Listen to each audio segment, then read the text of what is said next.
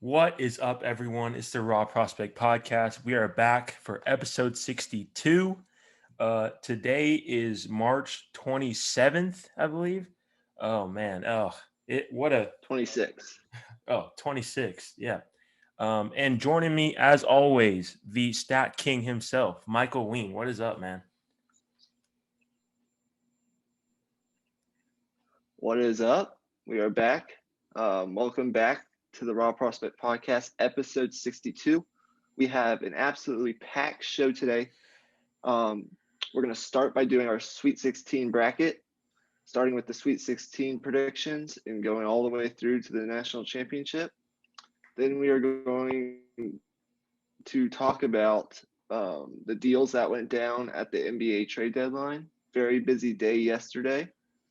And then we'll finish up with our first mock draft of the draft season. We're kicking off our NFL draft season coverage with a mock draft, a shortened mock draft with just the top 10 picks, as some trades went down today that sort of altered the draft order in a very important and interesting way.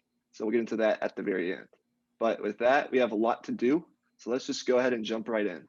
Right. And we're going to make a change to the formatting for this episode since it's going to be such a long episode. We're going to take breaks in between segments. So we're going to cut it up. Each segment is going to have its own video on YouTube so that you guys can cherry pick the topics that you actually want to listen to. You don't have to listen to the whole thing. Um, Obviously, you still can listen to the whole thing. We're going to still uh, release the full episode as well. But that's a new thing that we're going to do. And one thing is just let us know if you like that format. We can keep doing this for every episode, even for the shorter ones, if that's what y'all prefer. But um, like Michael said, we have a lot to get into. So let's do it. Let's do this Sweet 16 bracket stuff. Let's do it. Me and Michael So, both made brackets. So what we're just going to be doing is we're just going to break down each game from the Sweet 16, and then um, we'll cover briefly what will happen, what we think will happen in the following rounds, and pick who will be our national champion. Michael, if you want to go first, just go right ahead. yeah, so before we get into this, real quick, I encourage you all to go back and listen to our episode, which we recorded on Wednesday night. This is being recorded on Friday night and will be released likely on Sunday sometime. I encourage y'all to go back and listen to episode 61 so you can get a recap of what happened last weekend during the first weekend of the NCAA tournament in March Madness. We recap sort of like the winners and losers. So if you're not familiar with what's gone on so far, then go back and listen to that. But we'll start our predictions in the top left region of the bracket, the West region. I guess I'll go through both games and then I'll let you go through both games. The first game is the Gonzaga Bulldogs, the number one overall seed, facing off against the number 5 seed Creighton Blue Jays. I have Gonzaga advancing, probably winning by double digits. If you don't know already, they've been the best team in the country from start to finish. They rank first in offensive efficiency with a rating of 126.4, and they're also first in effective field goal percentage. They're efficient. They don't turn the ball over. They have 4 or 5 very elite scores. Jalen Suggs is playing great lately, the 5-star recruit, their highest rated recruit in program history. And then you go along with Corey Kispert, arguably the best shooter in the country. Joel Ajayi, a versatile defender on the wing. This team just has Drew Timme on the inside. I believe he had like 30 and 13 in the matchup against OU. He was the player and MVP of that game. They just have too many weapons. And I can't see a way, barring an injury or a COVID case, that they lose this game. And then maybe my favorite matchup of this weekend, It will be the other matchup in the West, which is a Pac-12 showdown between the USC Trojans and the Oregon Ducks. If you don't know already, USC totally dismantled Kansas. I picked them to beat Kansas, but not in that way. They just totally, absolutely destroyed them in every way, shape, and fashion. I'm going with USC to advance here. I just think that the forwards on the inside and Isaiah Mobley and Evan Mobley, they're brothers, will cause problems for an undersized Oregon Ducks team on the interior. And I just like USC's chances, given that they did beat Oregon in their last matchup without Isaiah Mobley, who's a big who can stretch the floor and knock down threes, which we saw an abundance of in that matchup against Kansas. I think they'll continue to shoot well. I think they have more interior defense, and I like the Trojans to move on to face Gonzaga in the Elite Eight. So those are my Sweet 16 predictions for the West region. But I want to get your thoughts now on both Right. games. So Gonzaga and Creighton, I did have Gonzaga advancing as well. They are clearly, as you said, the front runners, and I think they got a good draw for the teams that they have coming up on their bracket. I think that's a good luck for They got a them very good as draw. well. But Gonzaga, moving on, I think it's a bit of a no-brainer, but you never know. It's March Madness. It's one game. Anything could happen. But Gonzaga's talent is just it's just a step above Creighton's, to put it simply. And then USC and Oregon. This was a much tougher game to pick, actually, but I did go with USC as well. Evan Mobley has been really impressive, and I went back and watched that game from last weekend. He looks incredible. I mean, this team, they play well as a group, and I think their chemistry is really well. They're cohesive, and they fly around defensively. So I think that just bodes well to winning. But with that, all that being said, these teams know each other. So I think no matter what, this is going to be a barn burner. I think this is going to be one of the best games of the weekend, definitely. So I guess we'll move on to our East picks. Yes, let's move down to the lower left region of the bracket, the East region. I'll go ahead and start us off. We have the number 1 seed Michigan Wolverines facing up against the number 4 seed Florida State Seminoles, who, if you guys don't know, and I believe I mentioned this last podcast, I originally had Florida State advancing all the way to the Final Four, so I'm very high on Florida State. I am picking them to beat Michigan, but in a close game. I believe I need to stick to my guns on this. They, first of all, they're first in the country in average height, so they're going to have no problem whatsoever at matching up with Hunter Dickinson on the interior. They've always been long and athletic, good on the defensive end. Leonard Hamilton's an exceptional coach. He's on that Hall of Fame trajectory, and he'll get in sometime soon. And they're also very good three-point shooting team. Michigan's also sound defensively, but I believe that Scotty Barnes, MJ Walker, those exceptional two-way wing players on the outside will make some shots. It'll be close into the end, but I believe that Florida State is going to neutralize Hunter Dickinson in a way that he really hasn't been neutralized to this point in the tournament. And I think Florida State will find a way to pull this out. And then the 11th seed UCLA Bruins and the number 2 Alabama Crimson Tide. It's been a really good run for UCLA and Mick Cronin to this point. Remember, they were a first 4 team. They beat Michigan State and then won their last 2 games to get here. Pretty incredible, but they haven't really been tested yet against a team like Alabama, as good as Alabama. I think Alabama will play to its strengths, which is shoot a ton of threes, make a ton of threes, and then play relentless and tenacious defense. I don't think UCLA has seen a defense like this yet that's as tenacious and relentless and as athletic as Alabama. Nate Oates, the Crimson Tide's coach, has done an exceptional job and could be in the running for the Texas head coach opening, but that's another story for another day. Um, so yeah, I just think Alabama is probably the best team UCLA has seen so far, and I think they'll eventually run away with this game in the second half.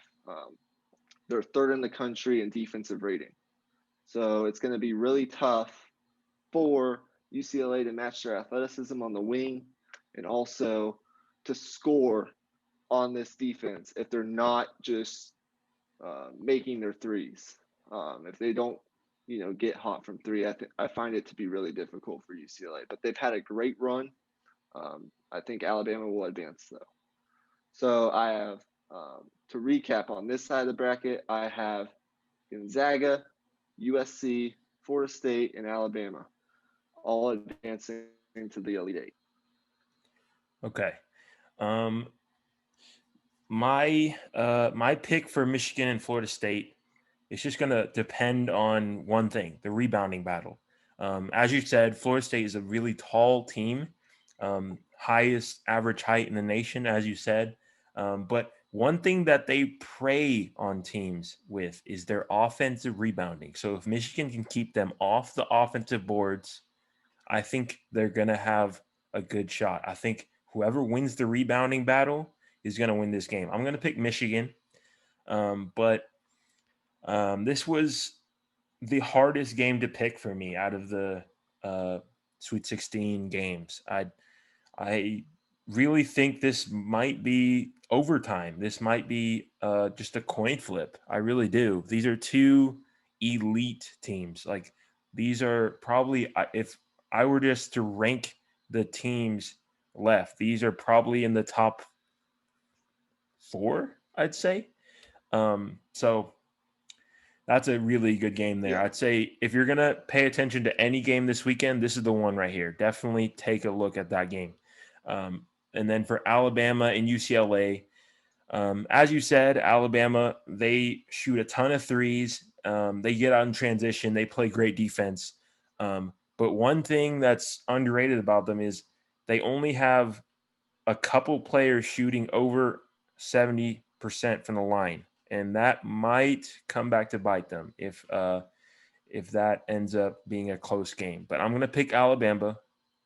Not Alabama. Alabama, nonetheless. I think they're the better team. And as you said, UCLA hasn't faced a defense to this caliber.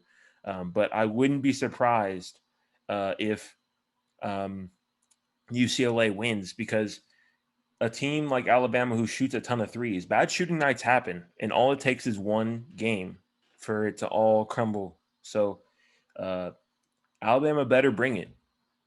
That's all I'm going to say. So for me, I have Gonzaga and USC and Michigan and Alabama advancing in the bottom of my bracket or the left side of my bracket. Okay, let's move up to the top right region, starting with the South.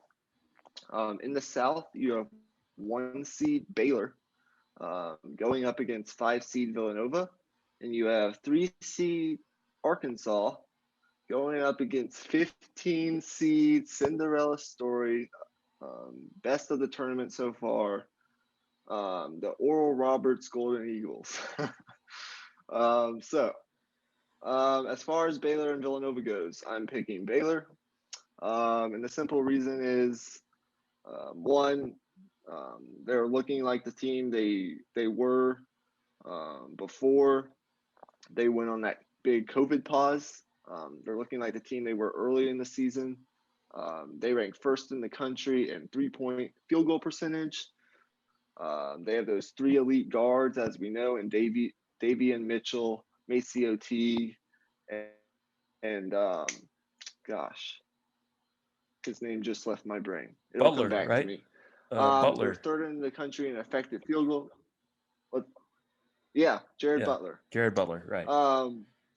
They're third in the country in effective field goal percentage, and they're sixth in offensive rebound percentage. I do think that, um, well, as we've seen, Baylor can be exposed, and where they can be exposed is on the interior. They like to play small with Mark Vital on the inside. It's kind of like that small center type player. And when they want to go big, they bring in Jonathan Chamu Chachua, who's like 6'8", 6'9". But where Baylor's been exposed is on the interior. They play Kansas, David McCormick and his size, excuse me. Um, they were able to get it inside, pound it inside, and score on the interior. Same thing with Oklahoma State. You look at a guy like Keelan Boone, long, lengthy, on the interior, skilled post scorer. Those were the teams that beat Baylor, and they were able to expose Baylor when they went through those small ball lineups. So I don't think Villanova is capable of doing that. Their best player, as we know, is missing in Colin Gillespie. They don't have a point guard right now, and that's not a good thing when you're going up against a team like Baylor, who's extremely good and versatile defensively. You need someone to be able to initiate the offense, and Villanova really doesn't have that right now. And their second best player, Jeremiah Robinson Earl, he's talented on the interior, but he's more of a finesse scorer, and he's not really a power guy like the David McCormicks of the world. I don't really believe he's enough to get it done. So you never know with Villanova. Jay Wright's never lost when he's gone past the first weekend of the tournament. He's undefeated. He's a Hall of Fame caliber coach. So you can't really count Villanova out. And who knows, an injury can happen. Things happen. But Baylor's been the second best team in the country pretty much all season. And that will continue in this game. And then Arkansas, I think, will end, sadly for some people, this incredible Cinderella run of the Oral Roberts Golden Eagles. If you look at Oral Roberts, they're led by their point guard, Max Aidness, I believe is how you say it, or something like that. And their dominant forward in Kevin O'Banner. Those two players, and this is incredible, have accounted for 72.4% of that team's points so far in the tournament. So almost 3/4 of their points coming from two players. I think Arkansas is athletic enough, versatile enough defensively to come up with a plan to stop the pick and pop action between the two players that's been so effective to this point in the tournament. And they played earlier this season, and Arkansas won. I don't believe it will be any different this time around. Eric Musselman's a very, very good coach, underrated as such, I believe. And I believe given a couple days to come up with the game plan, now that we've seen Oral Roberts in 2 games, he'll come up with the plan and they'll stifle those two players and they'll run away with this game. But incredible run for Oral Roberts. Either way, you can't really take anything away from them, beating Ohio State and then Florida. One very good team and another really good team. So unless Oral Roberts is able to continue that just incredible shooting from the perimeter that they've had up until this point in the tournament, I don't see a way they can win this game. But I'd like to see what you think. Well, it's funny because I actually picked Oral Roberts, but I think you convinced me otherwise. I think you actually swayed me the other direction. My thought process was Oral Roberts has one of the fastest paces in all of college basketball. They push the pace and they just attack, attack, attack. They also have the leading scorer in the country for the entire season. I'm blanking on his name at the moment, but either way, I change my pick. I'm going to pick Arkansas for that game, for all the reasons you just said. I think I underrated um, how good defensively Arkansas is. I saw the first round game where uh, I forgot who they played. I think they played Colgate, and they were down like 8 or 10, like late in Yeah. the second half, and they were on the ropes. So that made me kind of hesitate a little bit, you know. Um, Yeah. but I think since then they've been extremely efficient. But at the same time, I wouldn't be surprised if Oral Roberts won. So that's going to be a really interesting game. I don't think people should count out Oral Roberts, as crazy as that sounds. But for the other game, I did pick Baylor, Yeah. but I oh, go ahead. Oh, go ahead and say what you wanted to say there. Hello. I was just gonna say I won't be surprised if anything happens. I will be some surprised if Gonzaga loses before the Final Four, but um, I won't be surprised if anything else happens, as you were saying. But go ahead. Mhm. Okay. So Baylor, I did pick them to advance, but I also hesitated with this one as well. Um, Villanova, to put it simply, a lot of people counted them out. As soon as Colin Gillespie went down and they lost in the Big East tournament pretty early, everybody just went, oh, geez, Villanova, they're in the doghouse. But here they are again in the Sweet 16. And that just shows how good the rest of this team is and how good of a coach Jay Wright is.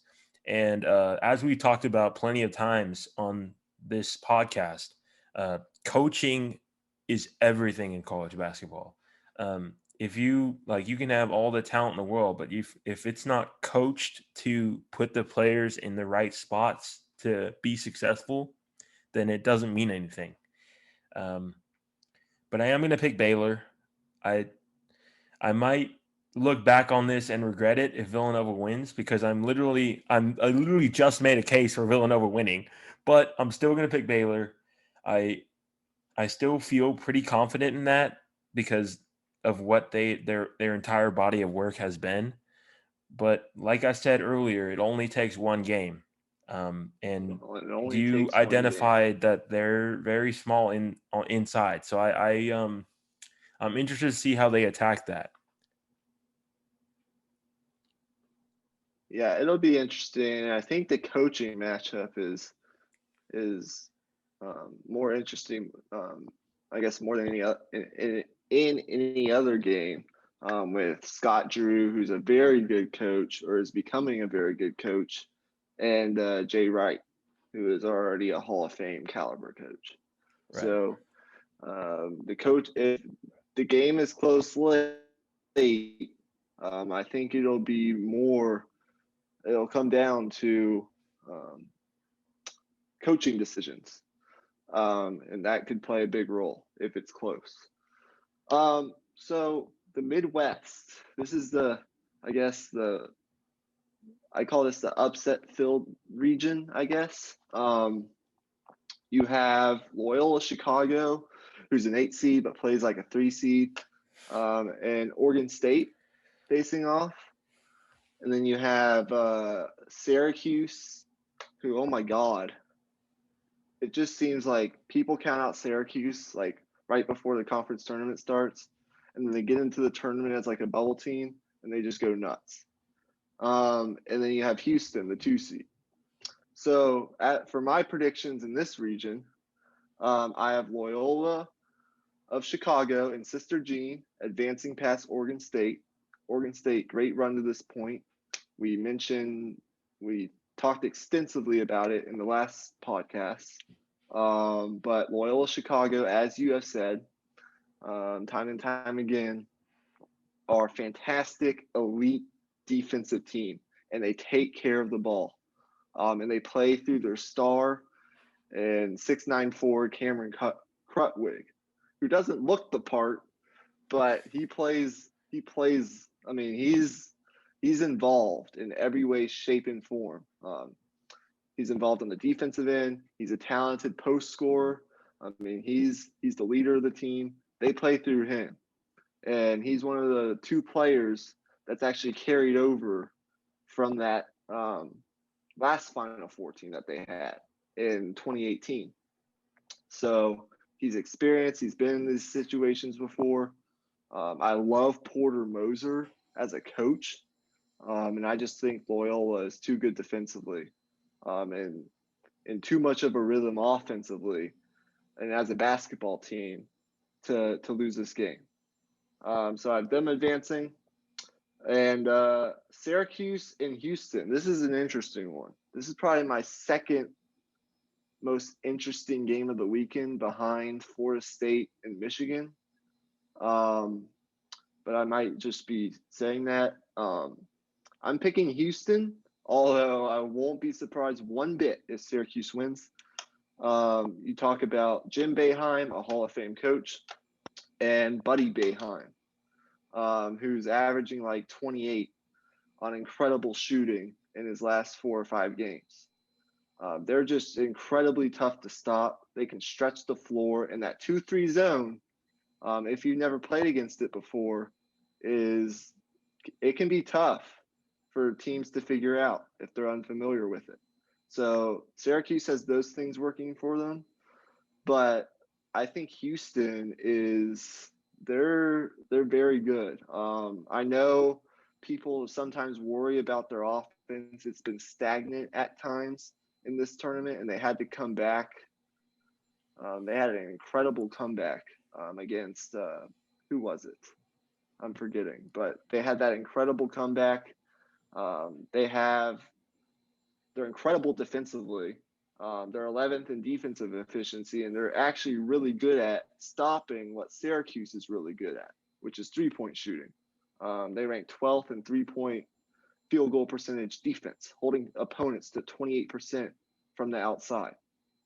I just think, I don't know why. I think that comeback in the last round is gonna spark them a little bit. It'll give them a wake up call, but it's also, I think, gonna spark a little bit of a run for this Houston team. This is the most hyped Houston team since the what do they call it? Those teams back in like the Yeah, 80s. I know what you're talking about. What is it I'm called? forgetting, but maybe I'll look it up here in a second. But yeah, I just think Houston, they had the transfer from Kansas from last year. It's Phi Slamma Jamma, I think. Or something like that. Yes. This is the most hyped team since that era. I think, as I was saying, they're going to get a spark, a wake-up call, whatever you want to call it. Syracuse will keep it close because of their ability to shoot and their defense. I just think Houston has more talent, a little bit more talent, especially on the interior. And I think that defense will eventually show its teeth. And they'll advance to play Loyola, which will be a really interesting matchup in the Elite Eight between two very, very good defensive-minded teams with defensive-minded coaches. So I have Loyola and Houston going to the Elite Eight. Yeah. So for me, I obviously for Loyola Chicago and Oregon State, I picked Loyola Chicago to move on. If you've been listening these last couple of weeks, y'all know that I'm very high on Loyola Chicago, and I think they continue their run. Obviously, Oregon State, they had a great run through the tournament, and they got hot at the right time. So if they continue to shoot as well as they have been, I mean, great offense beats great defense. But I just think Loyola Chicago, their style of defense specifically is just relentless. They are everywhere. If you go back and watch what they did to Illinois, every pick and roll that they ran, it was just every Loyola Chicago defender was just swarming, and it was just turnover after turnover. I can't talk today, but I think that will continue, and that style of defense wins in the tournament. There's no doubt about it, especially with as efficient of an offense as well as Chicago has. Um, so before I completely lose my voice, I'm just gonna move on because I can't talk about Loyola Chicago. um, so Houston and Syracuse. I did pick Houston to move on. This was a tough game to pick. Um, I I really haven't seen Houston play at all.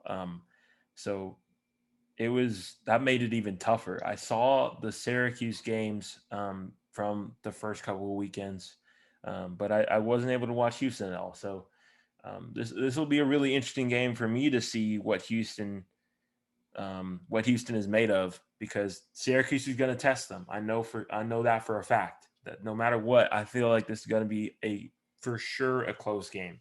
Um, so a really good slate of games for the Yeah, tournament here. We got a nice mix of very. Cinderella teams and just powerhouses, which is this is just really good. You want a mix of that.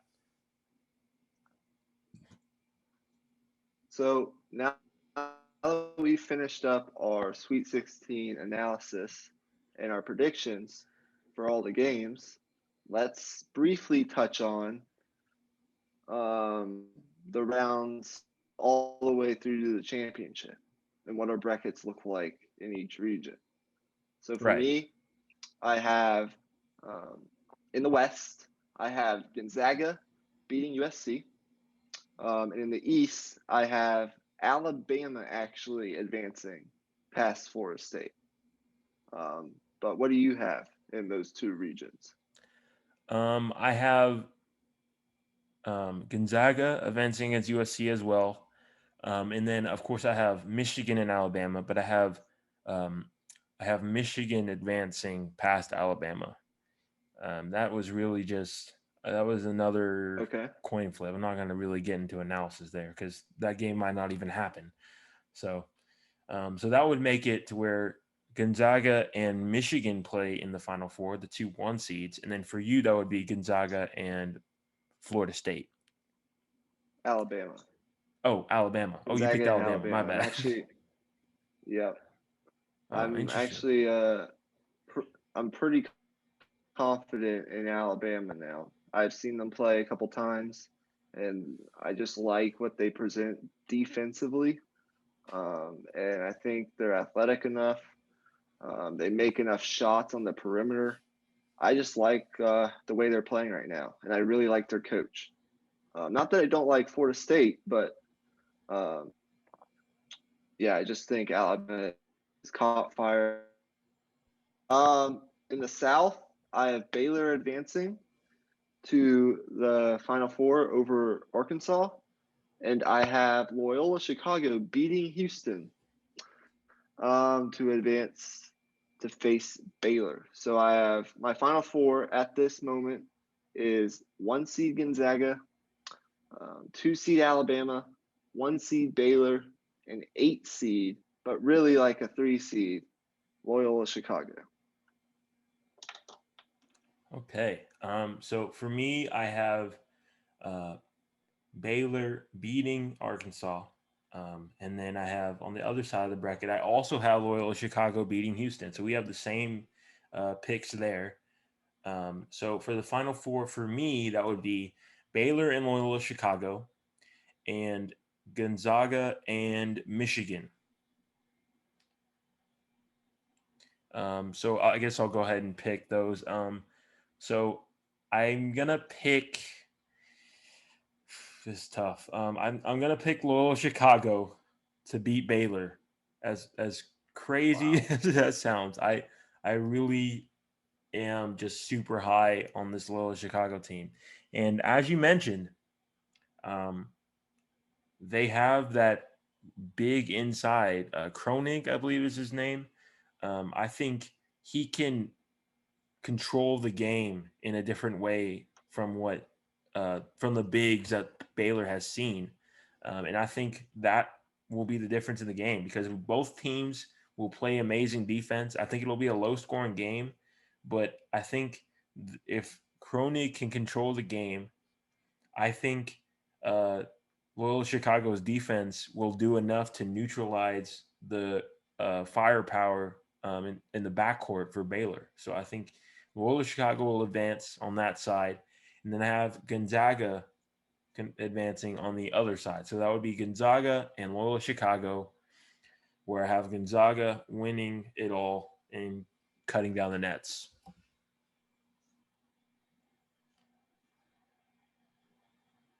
Okay.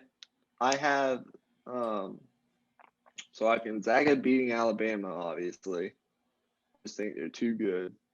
Mm-hmm. And I have Baylor beating Loyola Chicago. So part of that is Big 12 bias. And I just think Baylor, I think we've been destined for this since the start of college basketball season, despite all the madness and everything that could happen between now and the Final Four with health and all that. I think these two teams have been the best start to finish.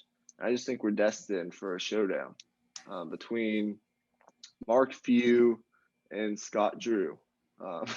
They rhyme, sort of. Yeah, kind of, yeah.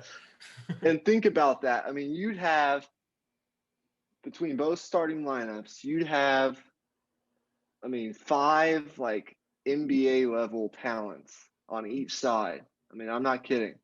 I think it'd be a great game, but I have Gonzaga winning 84-77. I actually picked the score because I'm doing the ESPN bracket second chance, so I had to put in a score. And, I had the score at 89-88 because I just put something random in, but I wasn't gonna say it on the pod because I don't even. Looking back on it, I don't think it'll be that high, but we'll do probably next week. We're gonna get into more draft stuff next week, and obviously we have some baseball stuff we have to do, but I think we'll probably do a Final Four preview if I had to guess. Mm-hmm. But we don't know yet. But that's going to do it for this segment. We both have Gonzaga winning the championship. I think those are two very good, confident picks. But yeah, that's our Sweet 16 bracket predictions. Right. And if you're watching the video on this, please hit the subscribe button. If you haven't already, drop a like on the video, share it with your friends. And if you're listening to the full podcast, we'll see you on the other side.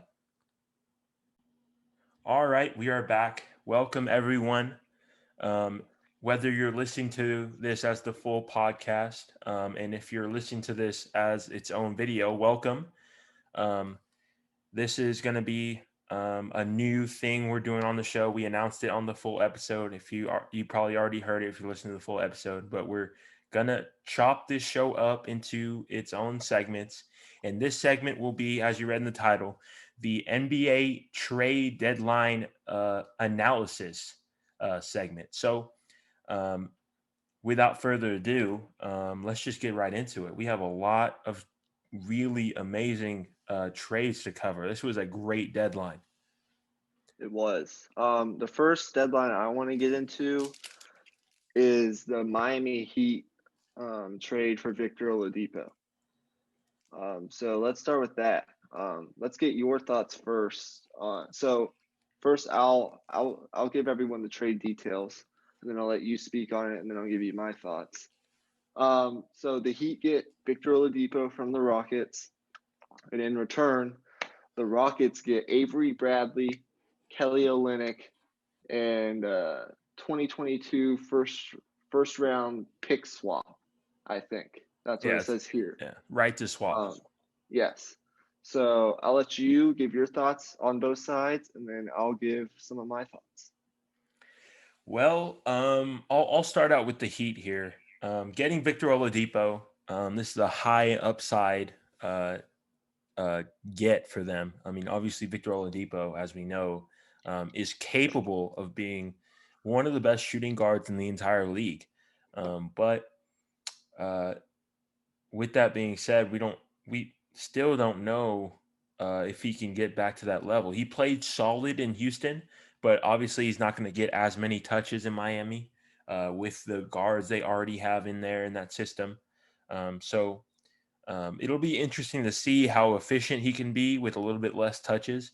But overall, this is a really good move for Miami. I think with the position they were in, they wanted to add more punch, and Oladipo can definitely still provide that. Whether you believe he's as good as he is, as good as he was before the injury, is um, a topic of discussion for sure. But uh, even if he isn't, he's still a very solid player. And then for the Rockets, a lot of people were really just tearing into the Rockets for this trade. Like they got fleeced, they got nothing for Oladipo. Uh they got absolutely nothing. And for me, um, I think just this just shows um how like hesitant these teams were towards Victor Oladipo. I think there was a lot of hesitation towards him, given that uh, in his time in Houston, sure he put up 20 points and he was pretty good, but he only had like 3 dunks the whole time he was there, which is very un-Victor Oladipo. Like he's a guy who thrives on attacking the basket and just um, using his athleticism to just dominate the game. So um, with all of the hesitation from these teams, I think this is probably the best offer they could have gotten. Um, I think the other option would have been to just keep him and then just lose him. So it is what it is. If you're Houston, you gotta pick, and you know you gotta get whatever you can get. And I mean, with the situation they were in, I think it's okay. Yeah, I really like this trade for the Miami Heat. From a Miami Heat perspective, they get Victor Oladipo. Now, he had a severe injury, a quadriceps tendon rupture, I believe, that sidelined him for over a year, and he's had a disjointed return with COVID and everything. And it's really difficult for people that don't watch a ton of NBA or a ton of his games to know what he is at this point because he hasn't played a whole lot. He's played just 48 games in the 14 months since his return. That's barely over half a season. So it's really hard to know what his game is at this point. But it's worth noting that the last time he was fully healthy, up until this point, he did win the Most Improved Player award in the 2017-2018 season, and he was voted to the All NBA third team. So two very prestigious honors right there. And we know that he can be a very good player when he's healthy because we've seen flashes of it. That season was the only season, though, where he had a true shooting percentage. And I know this is getting to sort of more advanced analytics. And if you're not into that, fine. But it was the only season where he had a true shooting percentage better than league average. But I think that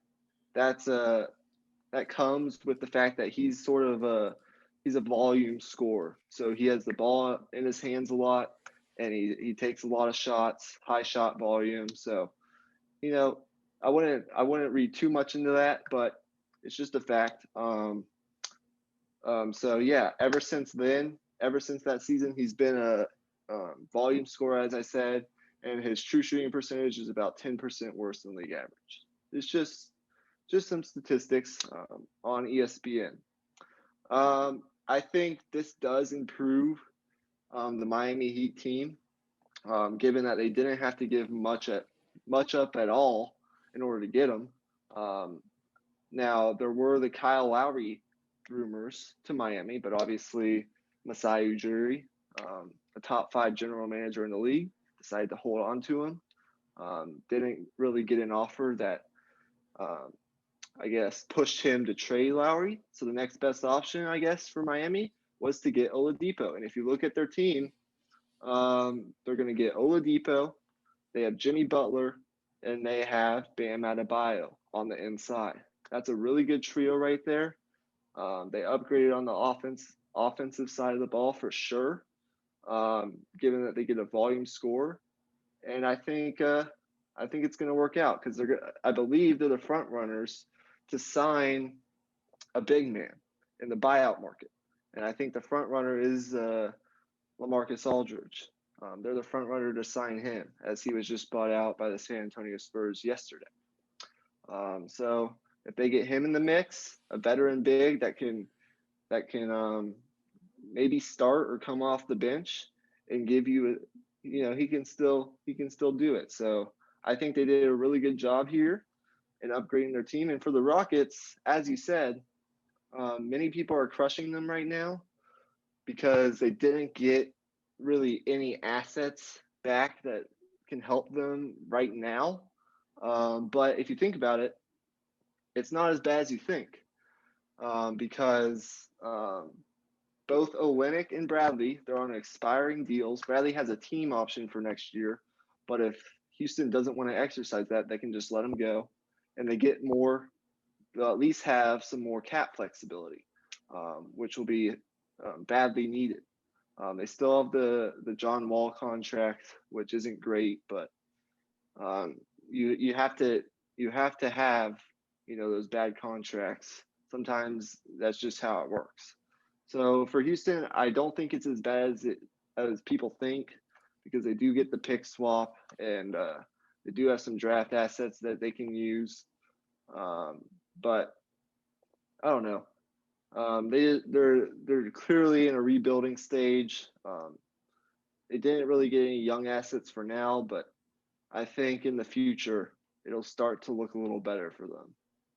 Right. And Yeah, before we move on, I just want to say that the Heat also got Nemanja Bjelica from the Kings in a trade. that So is true. he's going to fill that 4 spot.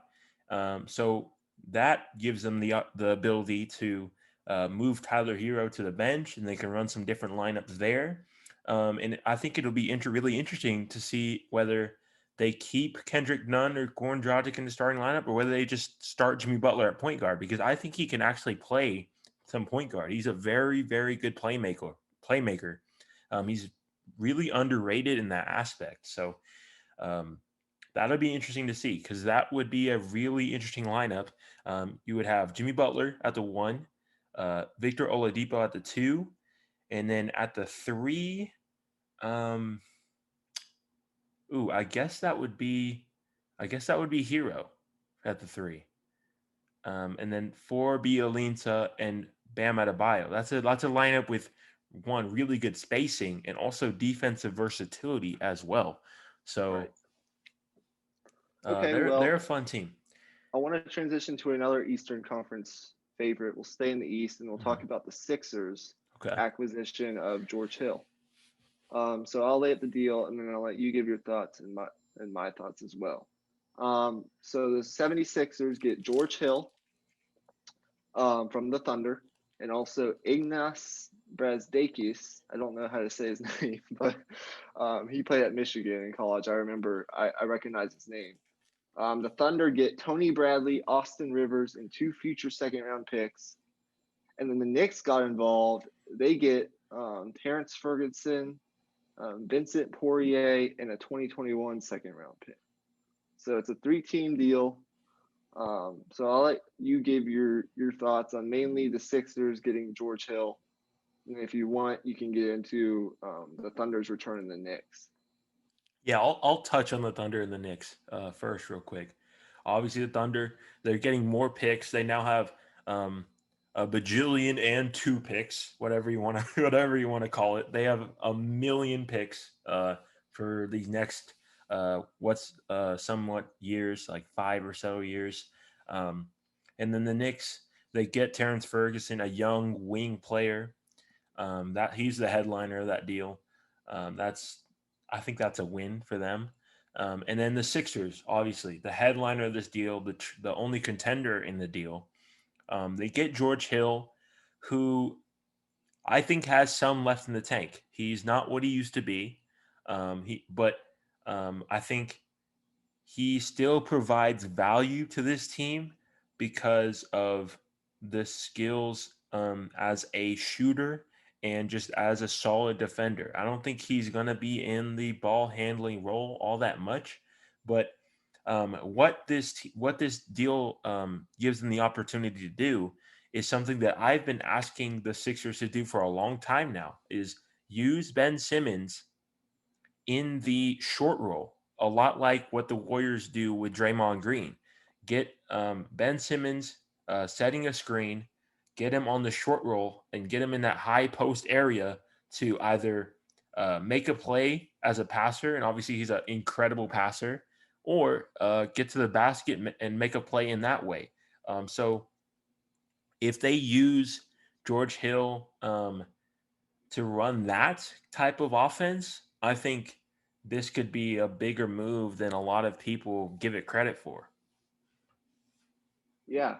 I'll start with Philadelphia. I really like this move for Philly. He's not Kyle Lowry, but they do get the best point guard that was moved at the deadline, in George Hill. I think his combination of shooting ability, as you mentioned, he has the size to play either guard position, so some positional flexibility as well, and he has playoff experience, and he's on a reasonable contract, only making about $9.6 million a season, so it's not a huge salary. A veteran player, playoff experience, shooting ability, defense, size to play either position you want him to play.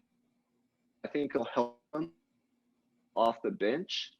And I think he's going to stabilize the second unit that doesn't have a ton of playmaking. I think that's something that we've been saying Philly has needed for a while now. I think they finally get that. And I think he'll fit in defensively. He's 6'4" with a 6'9" wingspan. He'll fit in defensively because he can play either guard spot, and maybe he can even guard some small forwards. Who knows? But I see him in a roll off the bench, stabilize that second unit offensively, and I think you could see, depending on what the Sixers need in closing situations or close games, whether they need shooting or defense, you could possibly see him in some of those closing lineups in place of either Seth Curry or Danny Green. Who knows? It'll vary depending on the matchup and what the Sixers need. But either way, I think it's a good move. I'd give it like a B plus for the Sixers. And then I'll touch on the Thunder real fast. I think the Thunder did a really good job in this deal as well. They get 2 second-round picks, and they don't really take back any long-term salary. So they acquire more draft capital. They don't get any, bad contracts in return. I don't know how long Austin Rivers is going to last with them. It says here that, let's see, where does it? It says, this is from ESPN. Rivers probably won't last long with the Thunder. Technically, he's got 2 seasons remaining on the contract because he signed as a free agent with the Knicks last fall. But neither has guaranteed salary. So if Oklahoma City wanted to, they could buy him out now without any long-term consequences. So we'll see what happens with that. And then obviously Tony Bradley, good piece, I guess, to get in the fold for now. But he's also on an expiring deal, I believe. So, he'll get a chance to play when and spell Al Horford some minutes. But he's also a restricted free agent at season's end. I like what the Thunder did. They're obviously in a rebuild as well.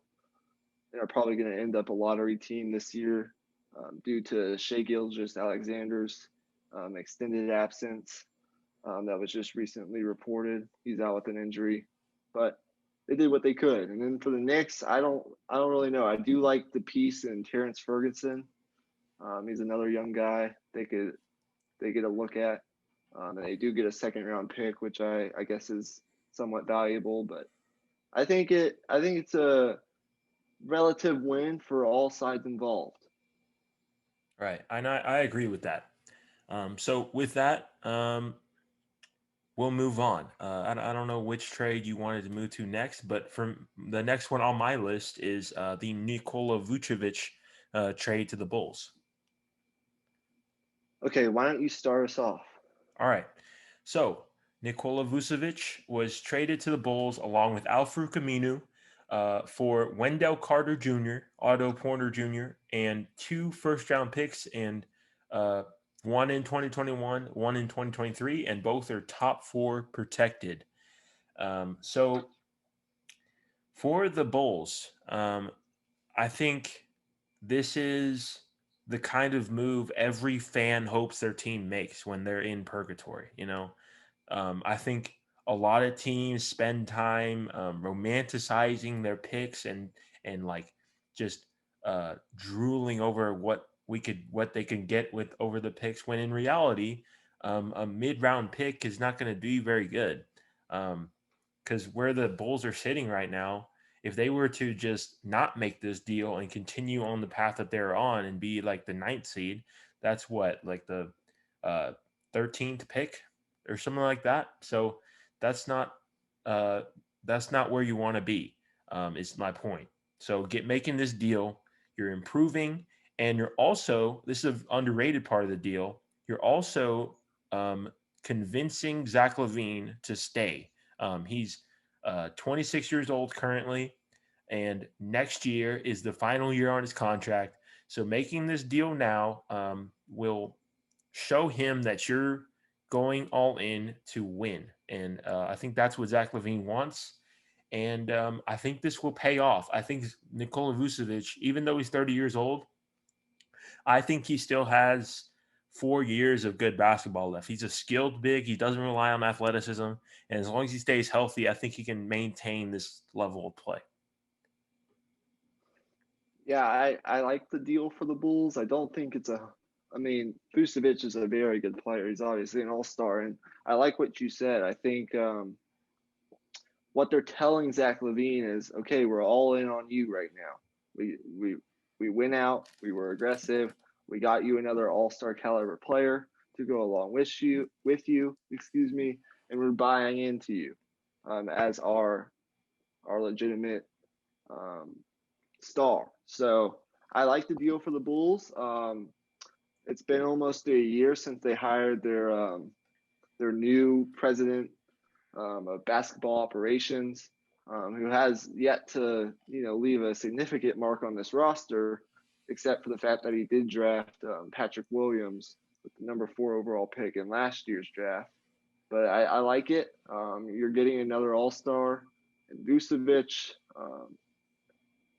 Vucevic is he's solid.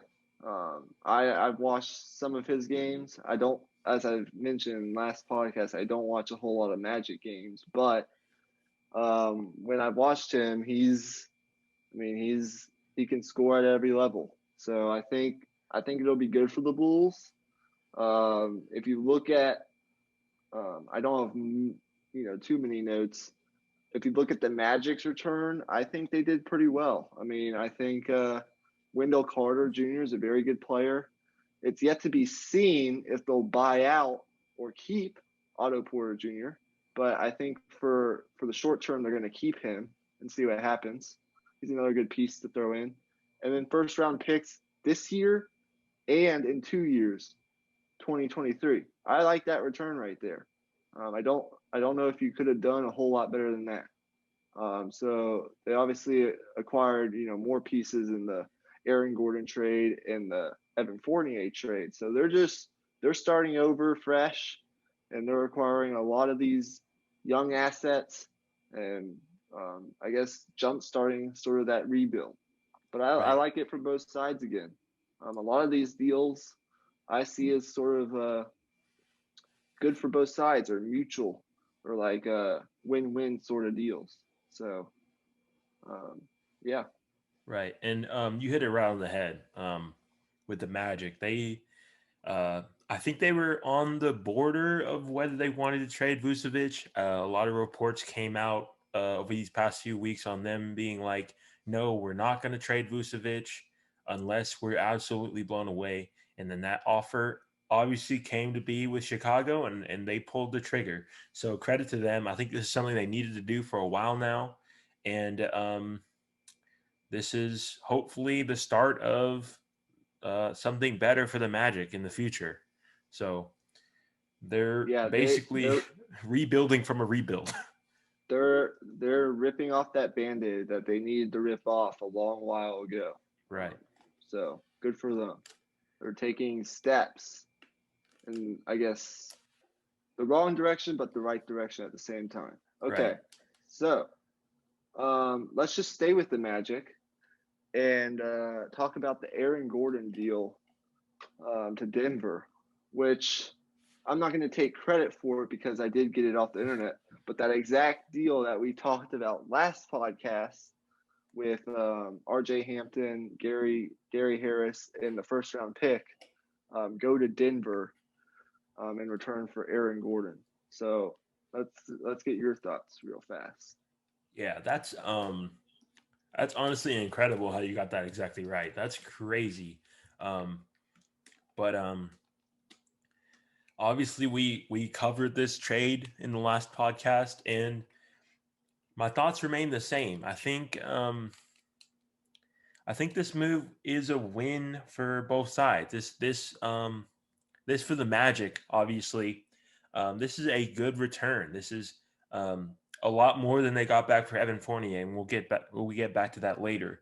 That first round pick is the headliner in this deal, and then obviously R.J. Hampton, who with Markelle Fultz out, and I think they have Cole Anthony still healthy, I believe. I'm not exactly sure on that, but you could throw him in with Cole Anthony for right now and see what he can do. Play him like 30 minutes a game, whatever you need to do, and see what he can do. And then Gary Harris, I feel like he might just be a throw-in. I think he might get bought out if he wants to go to a contender. But good deal for the Magic. And then for the Nuggets, they improved, but I question whether this will push them over the top. It makes them more of a threat. Don't get me wrong. I think with the way the West is shaking up right now with all the injuries, I think they are in a position to move up a few spots in these next few weeks. So hopefully they'll take advantage of that. But offensively, they're already really solid. And then defensively, I think Aaron Gordon, like I said in the last podcast, will step into that Jeremy Grant role.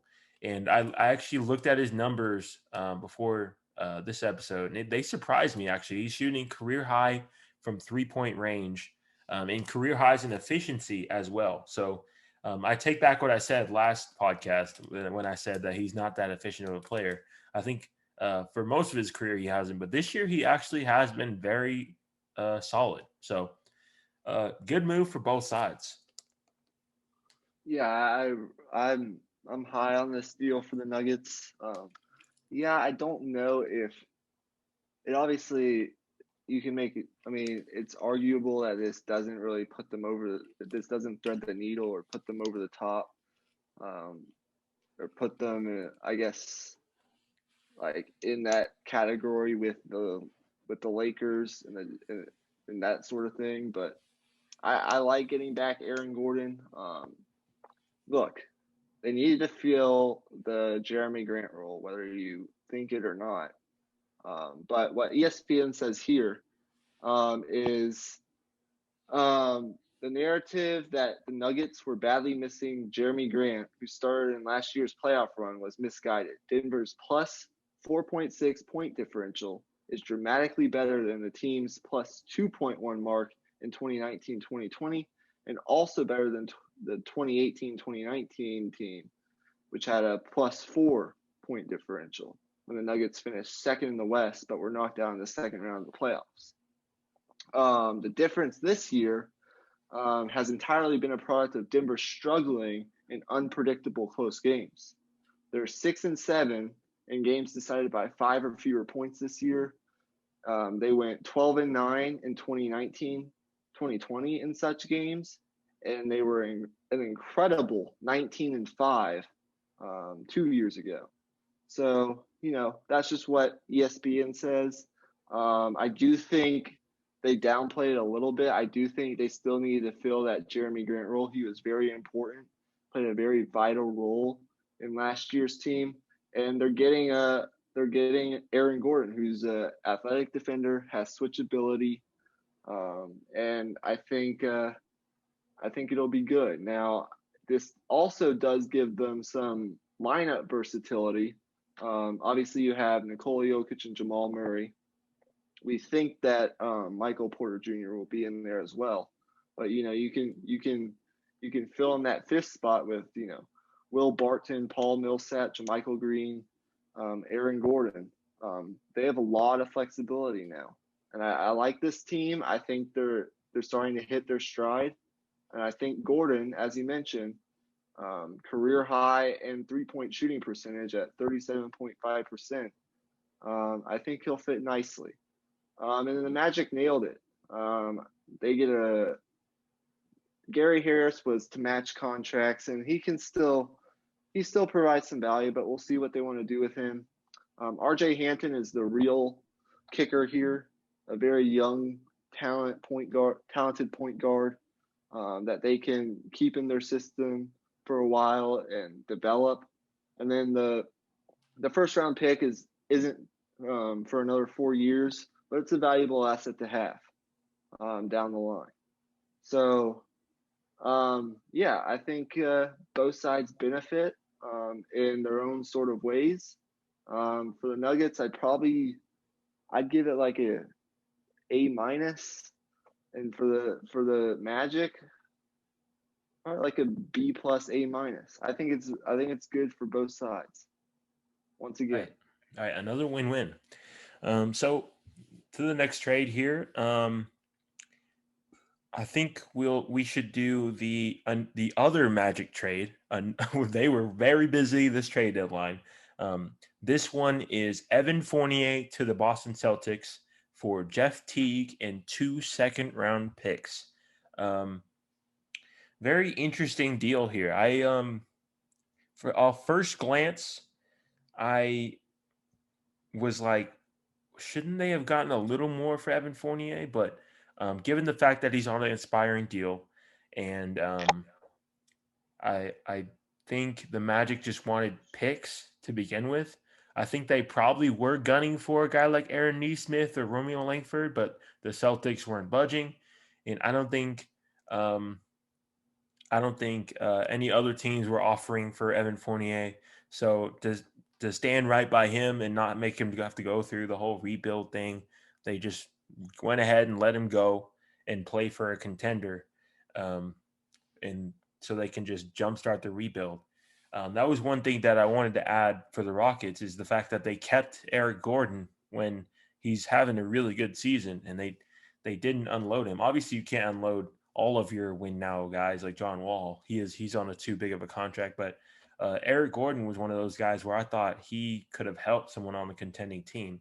And in the Magic's position, it's a similar thing to where you just go ahead and let him go so you can completely start your rebuild. You don't want a lot of guys that aren't going to fit your timeline. Yeah, and then go ahead.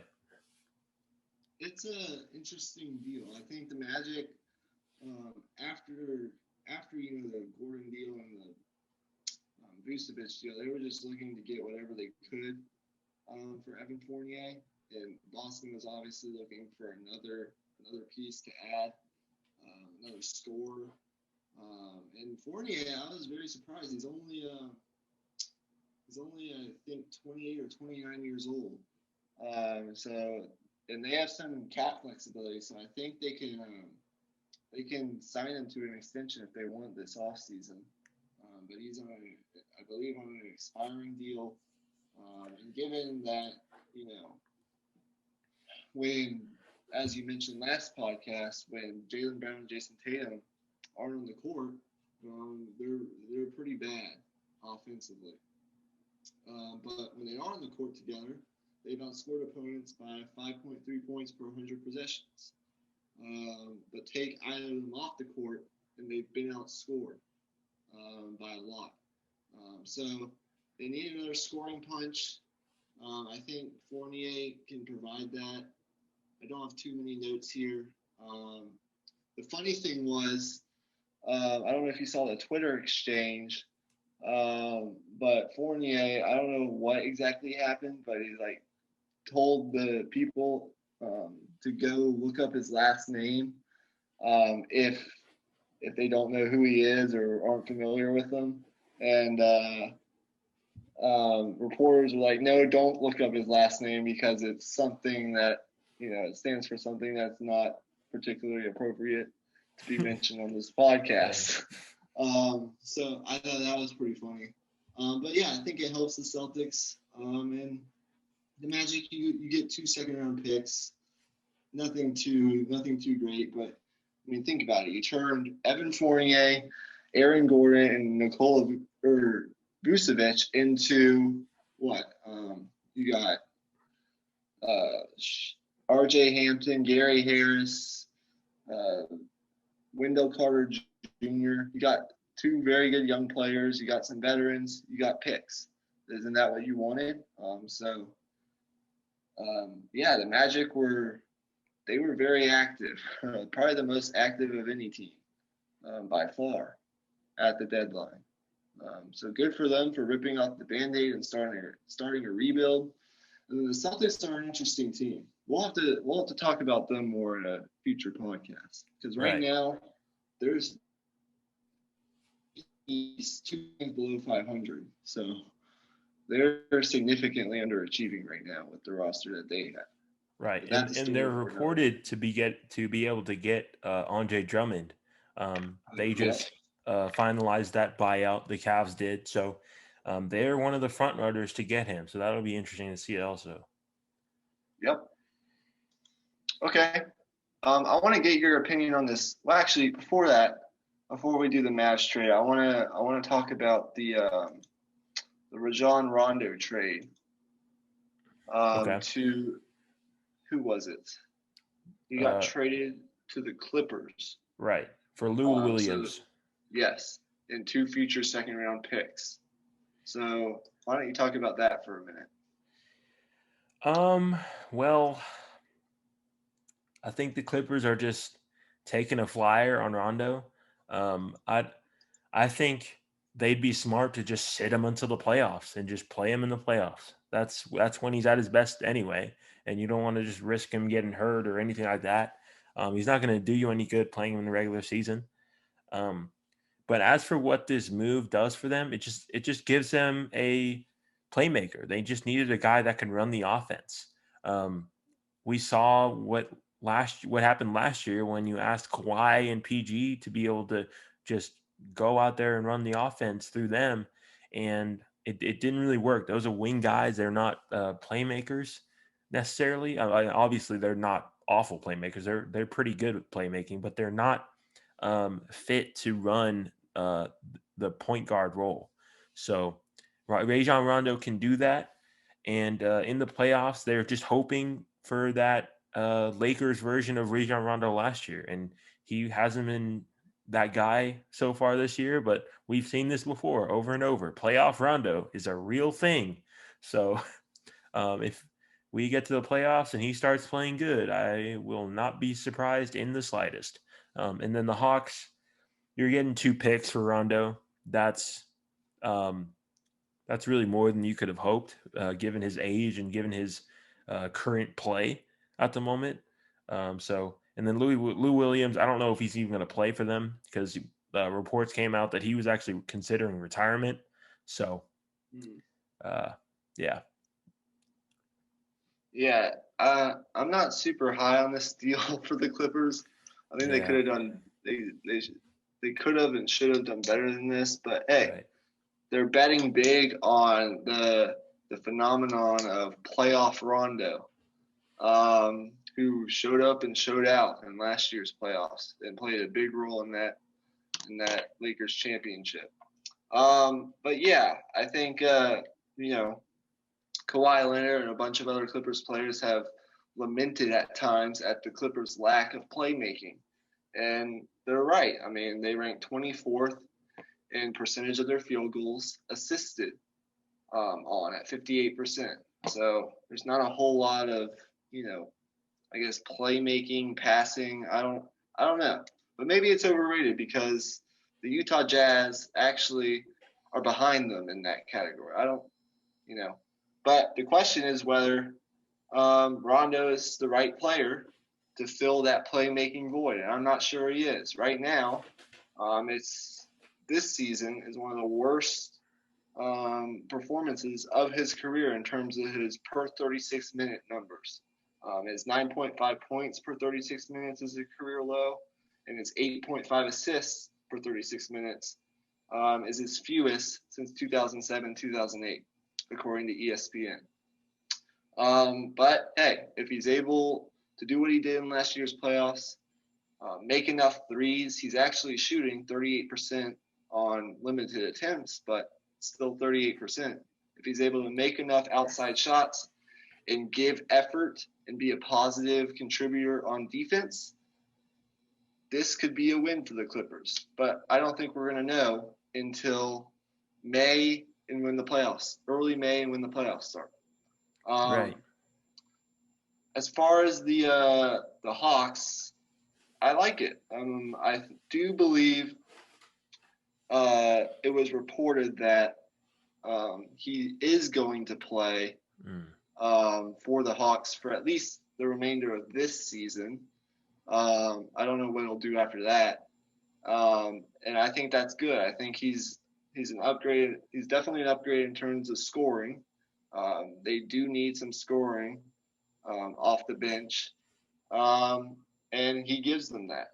And then the picks, yeah, they got two second round picks and cash for a veteran 35-year-old, some would say washed up player in Rajon Rondo. I think the Hawks did a good job. I'm not so high on it for the Clippers. I'd give it like a C+, but we'll just have to see what Rondo turns into. If he can be the same player that posted 13 points per game and 9.6 assists for 36 minutes while making 40% of his threes in last year's playoffs. So we'll see. Right. And also another factor of this is what he brings off the court as well. He's a leader. Right. Paul George and Kawhi are known to be not very vocal. So in the locker room, Rajon Rondo is going to come in and just be someone who's a veteran and just a vocal leader in the sense. So no question that could help them as well. No question. Okay. So I don't have much else to say on this, but I want to get your thoughts on the Mavericks trade. Right. They made a deal. They received JJ Redick and Nico Melli from the Pelicans, and they receive James Johnson, Wes Iwundu, I believe is how you say his name, and a 2021 second-round pick. The Pelicans do. So, what do you think as a Mavs fan? I like it. I like it a lot. These are two players that aren't even rotational players anymore, in my opinion. James Johnson, say what you want about some of the stuff he does as a playmaker. Like, he was good at times this year, but he's not consistent enough to be a viable part of our rotation. And I think we get an upgrade there in Nico Melli, that he's an underrated part of this deal. I really like that we got Nico Melli out of it as well. He's a really good shooter. And then Wes Iwundu was another guy who he struggled shooting the three this year. And he's a solid defender. And some people are still have a belief that he can be a solid player. So for the Pelicans, he's a guy who maybe can turn into something for you because he already plays good defense. And we saw what the shooting coaches in New Orleans were able to do with Lonzo Ball. So if they can work their magic on Wes Iwundu, then great, and if not, then it's a salary dump and you're going to be under the tax with this deal. That's an underrated part of the deal as well. They're going to dodge the luxury tax and skirt under it. So that's good for them. And then getting back to the Mavericks, I haven't even talked about JJ Redick yet. Even if he doesn't play. Like I still think it's a win for the Mavericks just from the fact that he's such a good veteran leader when we've been missing that all year. It feels like um, we have a really young team, and I think Boban and JJ are only players over 30 now. So JJ is going to go in that locker room, and I think the possibility of him helping other guys with their shooting and also just with their routines and just being disciplined with their work ethic. He's one of the best guys in terms of work ethic in the entire league. So I think this is a win. Whether he's good on the court or not, I think it's still a win. So I think it's a win too. JJ Redick, since he was temporarily removed from the rotation in late January, I believe he had some injuries as well. Since he's come back, he's shooting 46% on his threes in February and March. So he started slow, but now he's hitting his stride. As long as he stays healthy, this gives the Mavericks two really good shooters, and that's what you need in today's NBA. And now they can mix and match, Melly and Redick with Hardaway and Finney Smith, depending on the matchups. I think it's good. Shooting was a need for them. So the Pistons, I don't make too much of it other than they got what they could for these two players. James Johnson could be a nice piece. I don't know much about Wes Iwundu. And the second round pick is nice, but the bigger name was Lonzo Ball, but they decided to keep him, which was interesting. I believe Lonzo told them that he wanted to stay, which is interesting. But we can get into that another day. But I think that wraps up this segment. Unless you have something else you want to say on the Norman Powell. right. And before we move on from the Mavericks deal, like I just want to say, like, even if he sucks, even if JJ Redick sucks on the court, I am so excited for the content that's going to come out on the JJ Redick podcast, dude. He could get Luka on the show, KP on the show, Jalen Brunson on the show. So like that was like one of the first things I thought about when they made this deal. I'm not joking. Like that was one of the first things I thought about. So because I listen to that podcast a lot, so I know that's completely unrelated, but I will give just a short synopsis of that Gary Trent trade because I think it's really interesting. I think it's actually one of those trades that I don't think is a win-win. I think it's a win for the Raptors, but I don't know if I like it if I'm the Blazers because Gary Trent is someone who is 21, 22 years old, somewhere in that range. He's young and he has upside. He's already such a good shooter. And I think he will be as good, if not better than Norman Powell is as early as next year. So the upside that you're getting from this, it's all about win now. So unless they truly believe that this move will move the needle and get them to the finals, then this is not a deal that I'm a fan of. So, and I don't think this does it. I'm a big fan of Norman Powell. He's been playing amazing this year. Career high efficiency, 19 points per game. He's an underrated scorer, honestly. But I just don't know if it moves the needle enough. It's a lot of the same questions I had with the Nuggets, but I see this move as more of a lateral move in a vacuum for an older player as well, both on expiring deals, and they don't have the rights to him in free agency, so he can just walk if he wants to leave. And we had Trent in restricted free agency, so I don't like that move for the Blazers. Interesting. I don't have a whole lot of thoughts, but I think that's an interesting take. But with that, that's going to wrap up our second segment of this extremely long podcast. Right. That's okay. There's so much content right now. We're going to take a quick break, and we'll be back to kick off our NFL draft content. Right. And if you're watching the video, like we said at the beginning, leave a like and subscribe. And hopefully stay tuned for the other content we're bringing out, because we'll have the and the NFL draft stuff in this next segment. So if you're listening to the full episode, we'll see you on the other side, and peace out. All right, welcome back, everyone. If you're watching the full episode, you know that we're going to be covering our NFL draft stuff. And if you're watching our video clip from segment to segment, this is our NFL draft mock draft video. So welcome. If you're new here, subscribe. We do content as much as we can, mostly once or twice a week. And if you want to be part of this journey, turn on that bell and be notified for all of our podcasts and videos. So I thank you in advance for that, because I know you will, hopefully. So with that, I'm here with my co-host, Michael Ween, if you're new here, and we're going to get into our mock draft.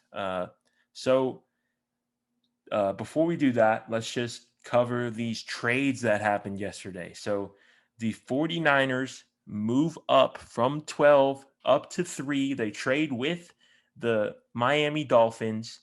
And then right after that, Miami trades back up into the 6th pick with the Eagles.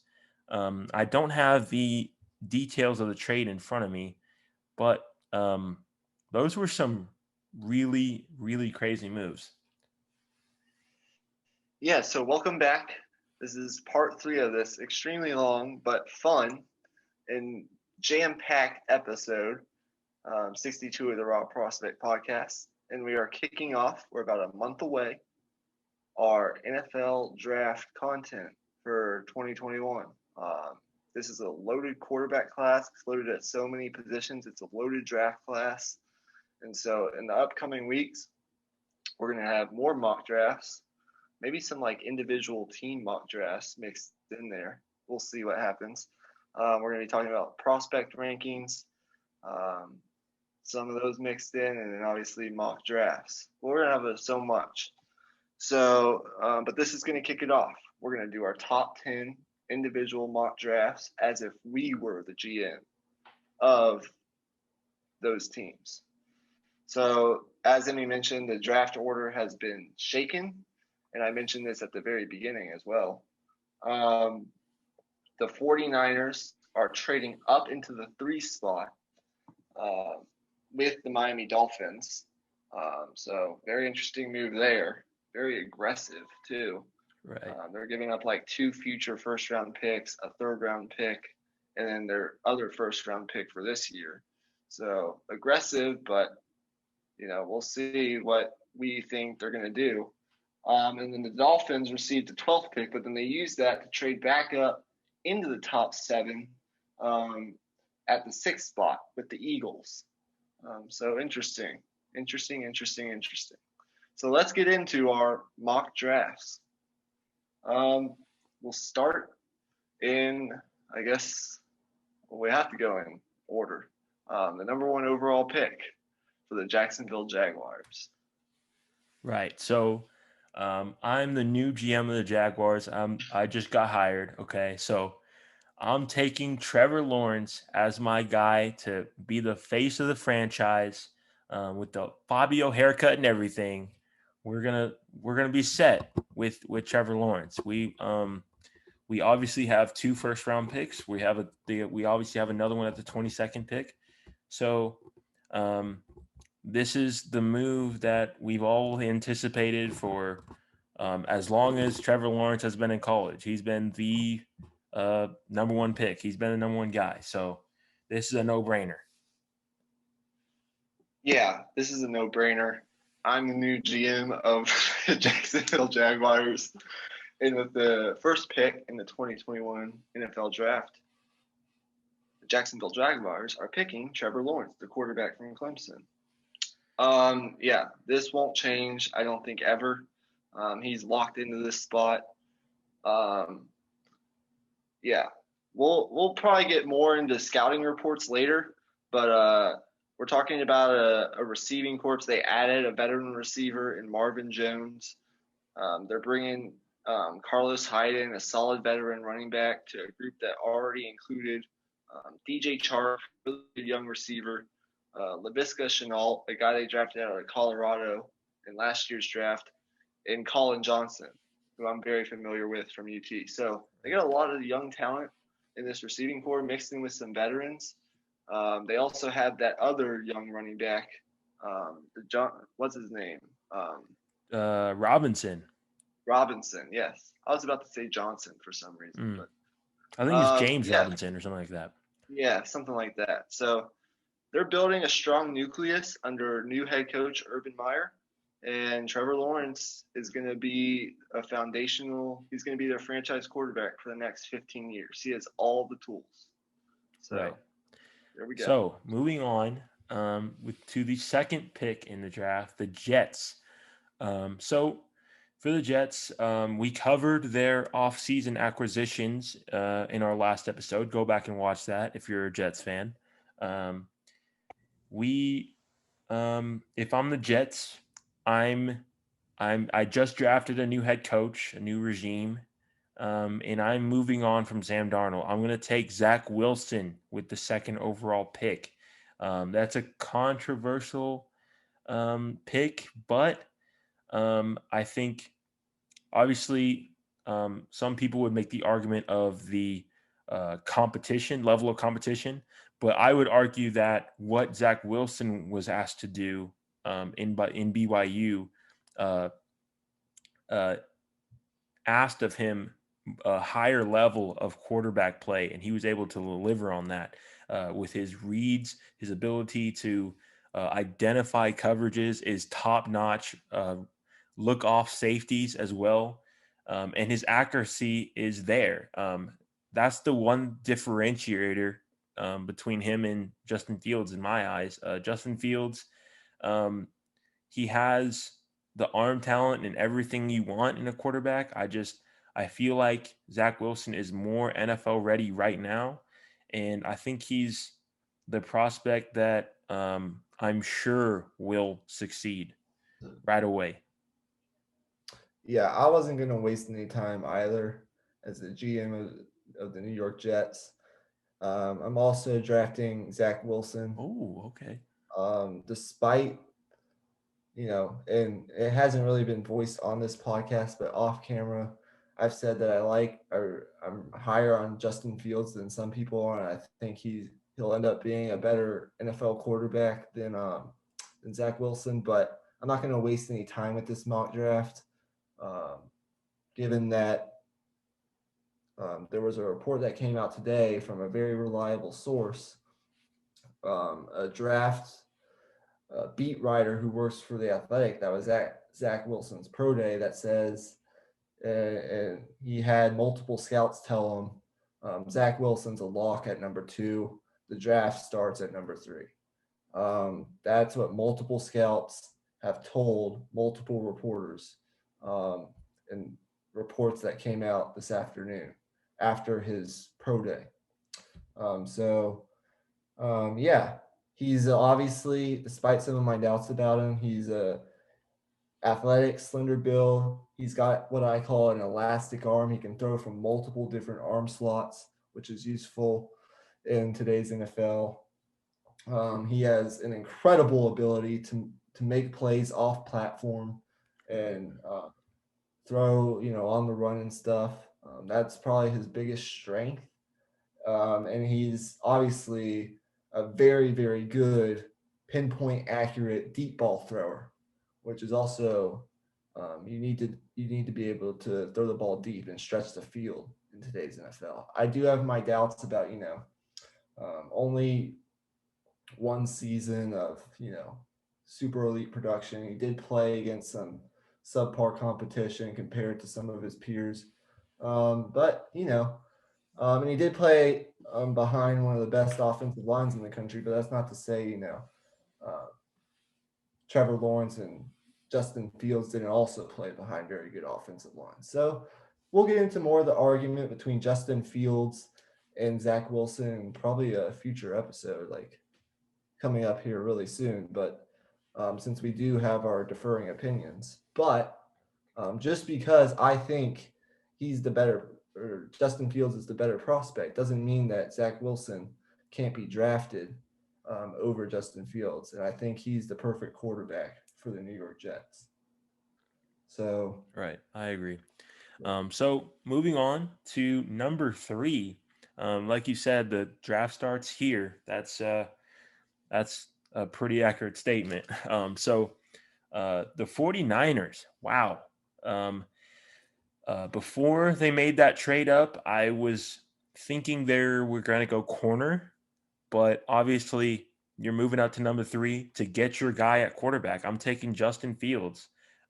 Clearly, I think that's their plan, but I haven't looked at much tape on Trey Lance. So obviously the 49ers scouts are going to go deep onto both of those guys. And I think whoever they pick, that's their guy. So I think they're going quarterback no matter what, but I'm going to pick Justin Fields because based on what I know, he's the best quarterback available. So yeah, that's my pick. I agree. I think they're going for Justin Fields. He's the more experienced quarterback at this stage in his career. And if they're going to trade Jimmy Garoppolo, and there was a report today that said they're not, but I don't believe that for a second after the reports that came out about Jared Goff and stuff, that they're not going to trade him. Like, I think it could all be a smokescreen. I think they have their questions about Jimmy Garoppolo, particularly in the health department, given that he's really struggled to stay healthy past like September in most years. Yeah, they had their questions with Garoppolo, whether you like it or not, and they're going for a guy that you can plug in and I think play right away. I don't think you could play Trey Lance right away. I think he's really talented, but I think he needs to sit a year behind Jimmy Garoppolo. So if you are gonna keep Jimmy Garoppolo and play that out, then you could go after Lance. But if you're just going for the guy right now, you got to take Fields. He's more experienced. He's got a rocket arm. He's got that toughness that we saw displayed on multiple occasions. Obviously, people question his processing ability, and I can understand that. He's a little slow to process defenses at times, and he sometimes takes too many unnecessary hits. But he's an elite runner. He's elusive. He's got a powerful arm. He's one of the best deep throwers in this draft, along with Zach Wilson. And he's got the skill set.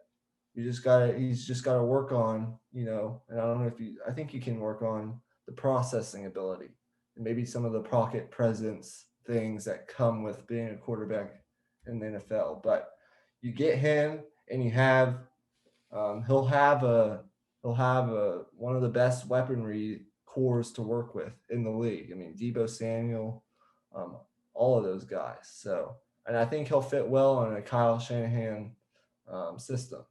So that's the play if you're going for like immediate play, in my opinion. But you never know. I mean, Trey Lance he's got all the tools. So if they wanted to go that route, I understand. I just think he needs to sit a year. But we'll get into more of that later. Right. So moving on to this next pick, we have the Falcons at the 4th overall pick. This is gonna be a big surprise. I'm actually trading down with the Falcons. I'm gonna trade down with the Denver Broncos to go down to the 9th overall pick, and the Broncos will move up in the draft to 4 and draft Trey Lance and put some fire in the belly of Drew Lock. And if that works out, great. But if Drew Lock keeps playing the way he's playing, you need to fix the quarterback position, because I think that's the only hole on this Broncos team. They are stacked everywhere else. Offensively, they have so many weapons. Defensively, you have a defensive coach in Vic Fangio, and you have Von Miller coming back, really good pass rushers. They have a solid cornerback group now with the addition of Kyle Fuller. So that is the one hole on your team. And adding one more player to the quarterback room, this will hopefully improve both of them to where you can improve next season and actually have some decent quarterback play, because that's all you need to be competitive. I think it's totally possible Atlanta could trade down. And I think there are some quarterback needy teams like the Panthers, although I don't know how likely that would happen because they are in the same division, and you hate to Right. reinforce your division rival with a bunch of picks to trade up. But I think the Panthers, the Broncos, there's some other teams obviously in the quarterback market that could trade up here. But I didn't incorporate any trades into my mock draft just for the sake of time and simplicity. Matt Ryan has been sacked 40 plus times each of the past 3 seasons. I don't have the exact numbers, but that is a fact. So I'm going offensive line. The best offensive lineman in this class is Penei Sewell, an offensive tackle out of Oregon. You put him in the mix. He's a well-built, wide frame with a he's powerful off the line of scrimmage, dynamic skill set, plays with incredible consistency and sound fundamentals. He's got really strong hands. He's a mauler off the line of scrimmage and run blocking, and he makes pass blocking look pretty effortless. In mirroring the pass rushers, he makes that part of the game look pretty effortless.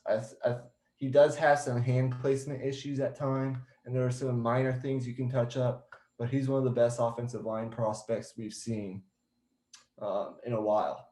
And I think of all the offensive line prospects, because there are some good ones, while he may not have the highest ceiling, I think he has the lowest floor.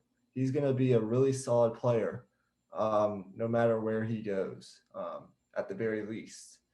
Right. I think he can turn to a Pro Bowler.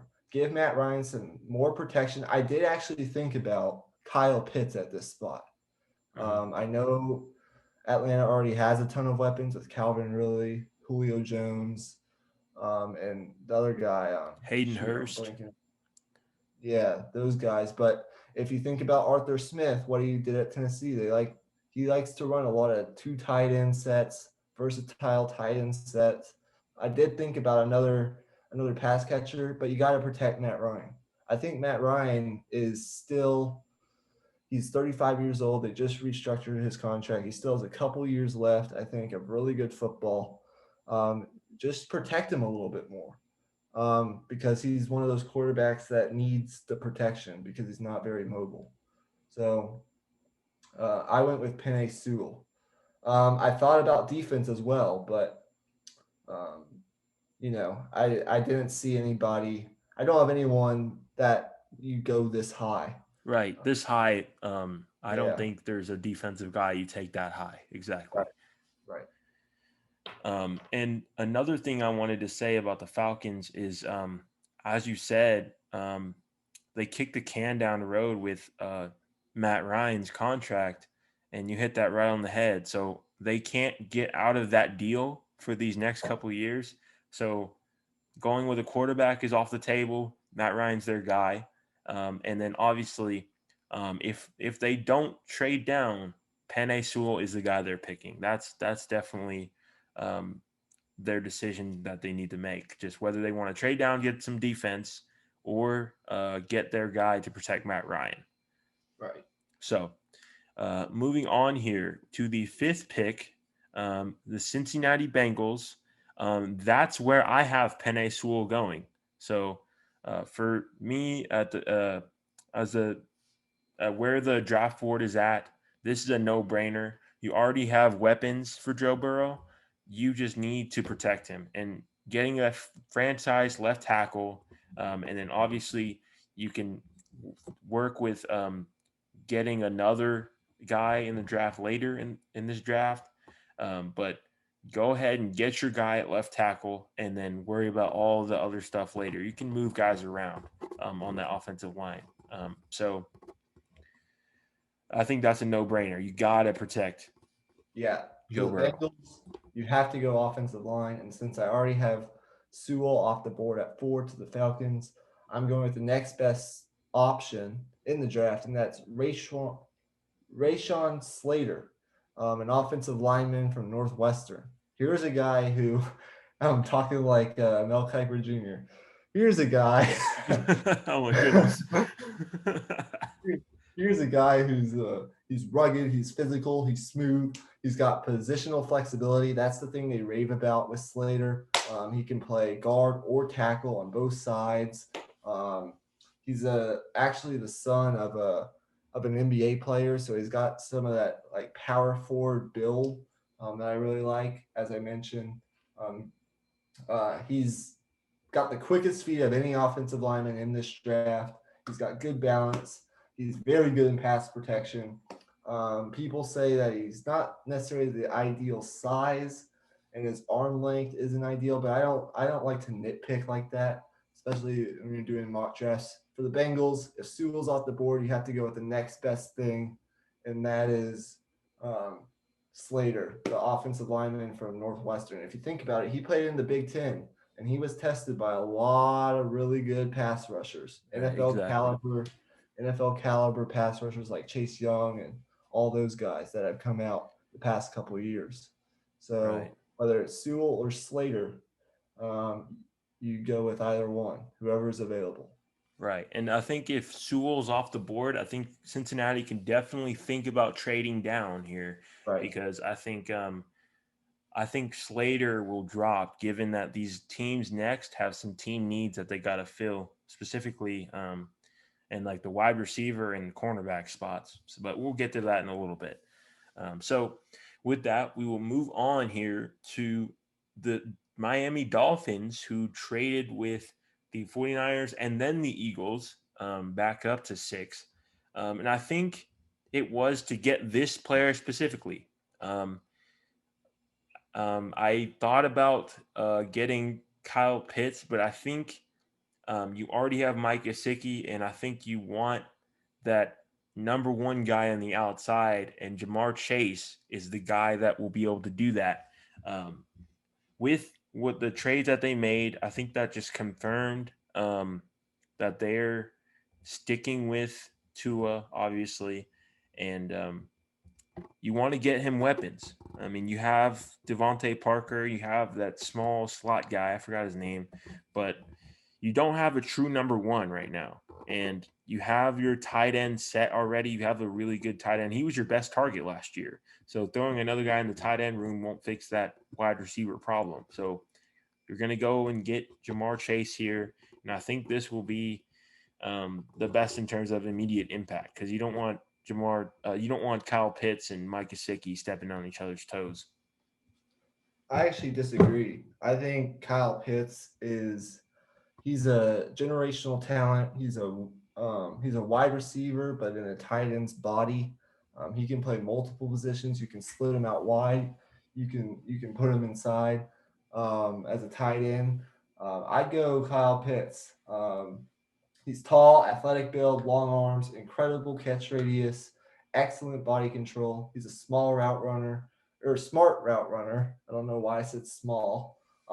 Strong. He's strong after the catch. He's got that positional versatility. He can play, and he's actually a speedy guy. I think he ran like a 4.4 at his pro day, I believe. So he has the speed to create separation on the outside. I think he's just a generational talent. Now, if you're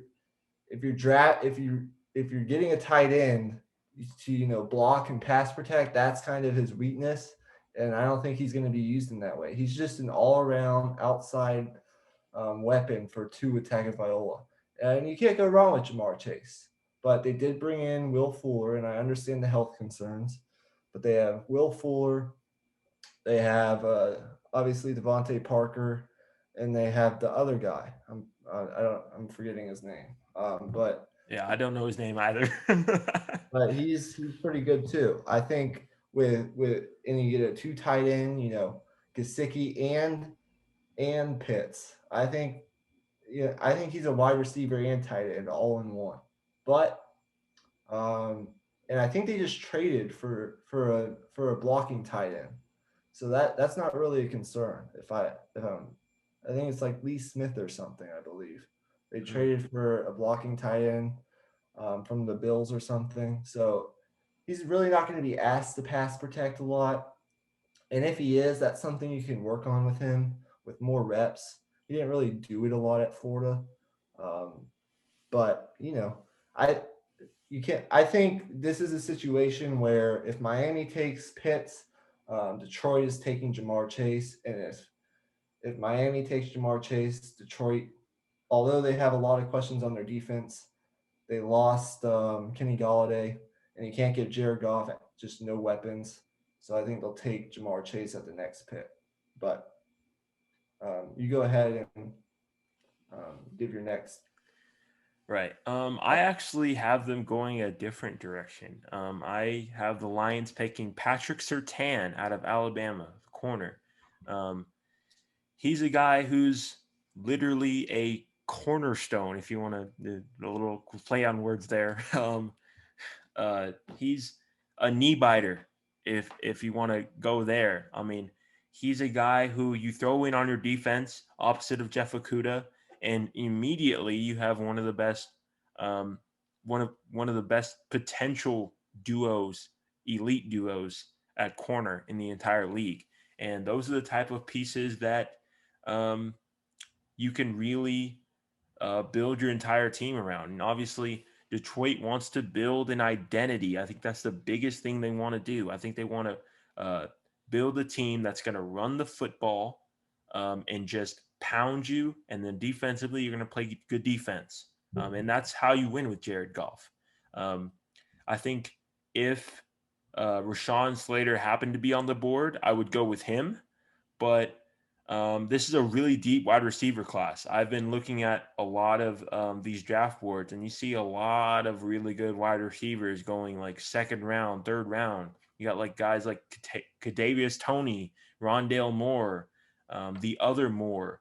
There's a lot of guys in this wide receiver class. So I think you get a guy on defense and you go from there. I went a different route. I'm going with Jamar Chase. I think he's the best receiver in this class. But when you think about the Lions, they did sign 2 receivers. Tyrell Williams is not really high on, and Rashad Perryman. He's a good piece on a cheap deal, but I think they still need that true number 1 to go along with Jared Goff. I do agree with you in that this is a team that's going to run obviously pound the football. They brought in Jamal Williams as well to back up the running back they already have. But they did lose. I mean, they lost a lot. They lost Jamal Agnew. They lost Marvin Jones. They lost Kenny Galladay and Jesse James. So they lost a lot offensively. And I think Jamar Chase, I mean, we saw the display that he put on, given it was a historically good offense. 20 touchdowns in 2019. He's a well-built pass catcher, long arms, strong at the catch point, excellent body control. He's slippery and can create yards after the catch. They say that he's sort of an unrefined route runner in some ways, but you can work on that. And he lacks top-end elite speed. But with his ability to go up and challenge for 50-50 balls, kind of in a way that Kenny Galladay did so well. I think they're looking for, I think they're looking for a weapon. But if you go defense, I won't. They have so many needs, so Right. you can go in a lot of different directions. Right. And I think they know they won't win right away. So, I Right. mean, they're just going to go with best player available. And whoever that guy is for them, then you just kind of have to trust it, whatever position it may be. And then, so we'll move on. So the next pick, I have the Carolina Panthers taking Kyle Pitts. That's a no-brainer. Like that's no hesitation. Like literally, as soon as the clock starts for the Panthers, just boom, Kyle Pitts. Um, he will immediately go in and be their red zone guy. Be there, just uh, like you said, franchise talent in terms of a target for Teddy Bridgewater. Obviously, they still have questions at quarterback long term, but I didn't think um, I didn't think it was the right time for taking a guy like Trey Lance. I didn't like where it was at in terms of the draft board at 8. I think you can get a guy later, maybe trade back into the first round and get like Mac Jones or someone like that. Um, but with the way the draft board shook out for my draft, Kyle Pitts was the no-brainer pick for me. I went with Trey Lance. I think given that it seems like they're going to keep Teddy Bridgewater in the fold for next year, you Right. sit Trey Lance behind him for a year or two because I think that's just what Trey Lance needs. And then down the road in 1 or 2 years, you have a guy who's doesn't have a lot of experience, yes, at North Dakota State. Only has played like one full season, I believe. But in that season, he was really good. He doesn't turn the ball over a whole lot. He actually had to call his own pass protections while at North Dakota State. So he's a very smart kid. He's very athletic. I think that will fit some of the things that Matt Rule wants to do. And if it doesn't work out, you have a good trade piece in Trey Lance. I think the Panthers. I don't. It's hard to know what David Tepper, the owner, wants to do. I don't. I don't know, but this is what I would do. Go ahead and get that long-term quarterback of the future in behind Teddy Bridgewater because I don't really know what next year's quarterback class looks like. I don't think it's nearly as strong as this one. Of course, you could look at a quarterback in another round, in a later round, but I think Trey Lance is too talented to pass up on. And I have Carolina slated as one of those teams looking to trade up into the top 5 to get a quarterback. But David Tepper, it's hard. It's hard to know what he wants to do.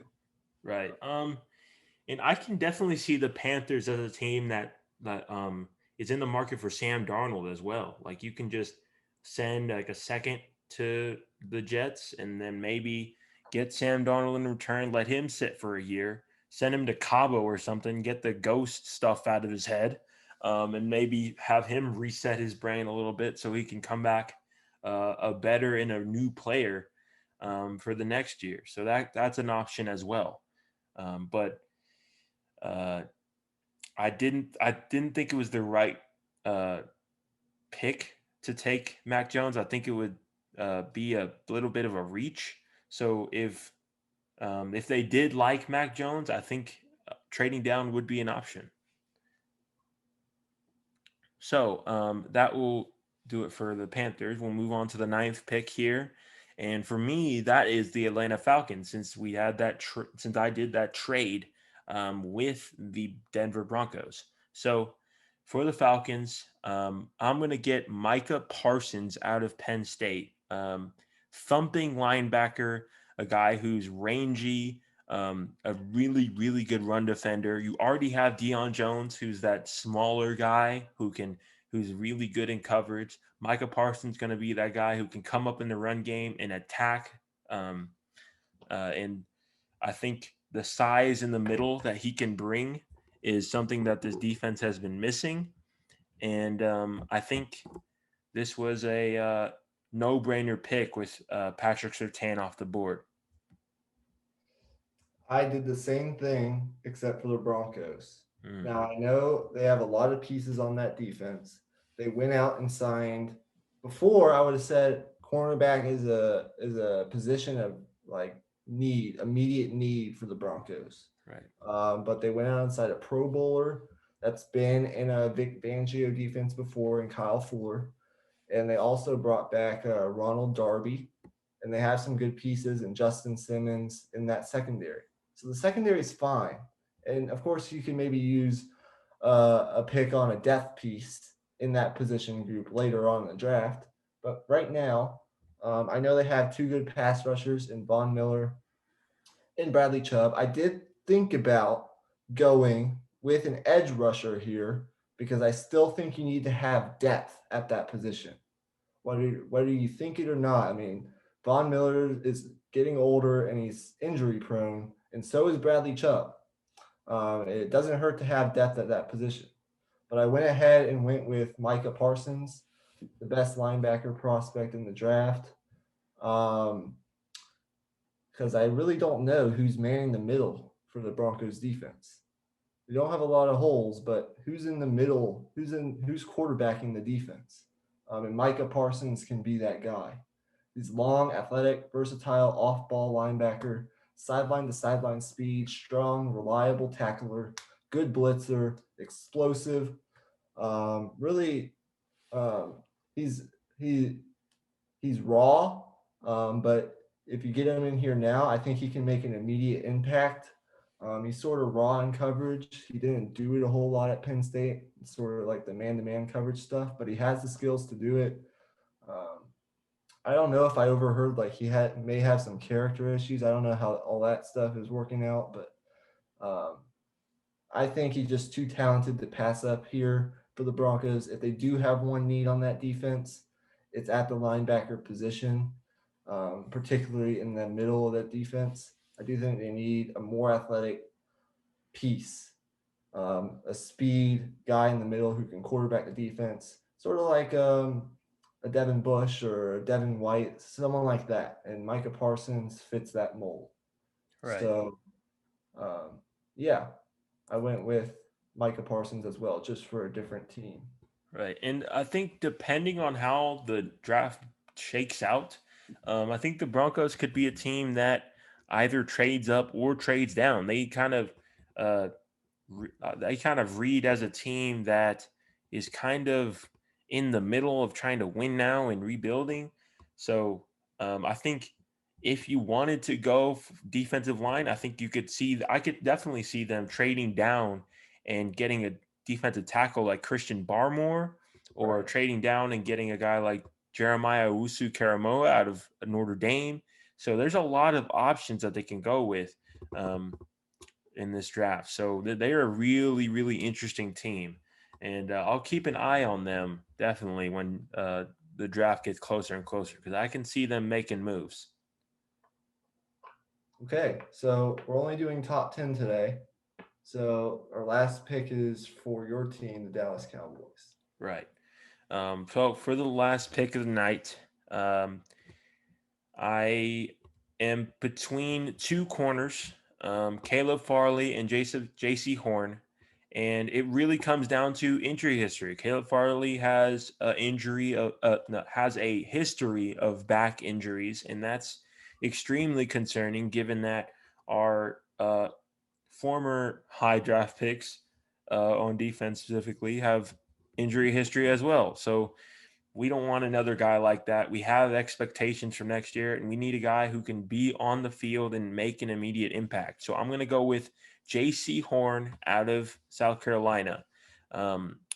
He's not as long and rangy as Caleb Farley, but I think given the injury situation with Farley, I think it's too risky to take him. I think if you did really like Farley, I think it wouldn't be a bad pick here if you got his medicals and you got the information and saw that it wasn't too dire.